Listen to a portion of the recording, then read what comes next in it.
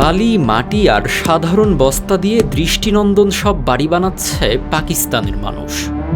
বালি মাটি দিয়ে বানানো হলেও এর ভেতরে রয়েছে আলিশান বাড়ির মতো নকশা আর আরামদায়ক পরিবেশ। খরচও একেবারে কম।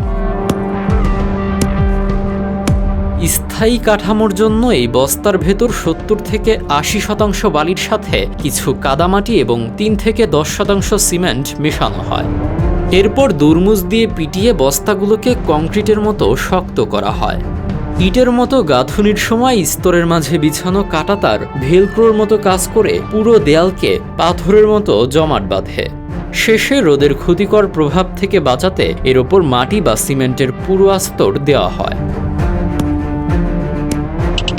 আমাদের ভিডিওগুলো সংযুক্ত আরব আমিরাত থেকে দেখছেন সাদাত হোসেন, রাঙামাটি থেকে দেখছেন রিপন বড়ুয়া, আয়ুব প্রধান দেখছেন গাইবান্ধা থেকে, এসকে আরশ রহমান দেখছেন খুলনা থেকে এবং জাহিদুল ইসলাম দেখছেন জামালপুর থেকে।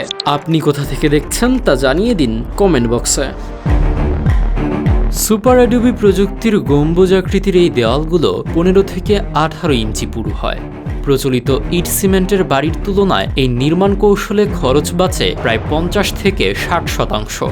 পুরু গাঁথুনির কারণে এসি ছাড়াই প্রাকৃতিকভাবে ঘর ঠান্ডা থাকে।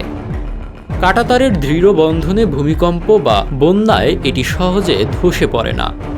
কম খরচের টেকসই আর্থব্যাগ বাড়ি এখন শুধু পাকিস্তানেই সীমাবদ্ধ নেই। দুর্যোগ মোকাবেলায় নেপাল, ইরান ও আফ্রিকাতেও এর ব্যবহার ব্যাপকভাবে দেখা যাচ্ছে।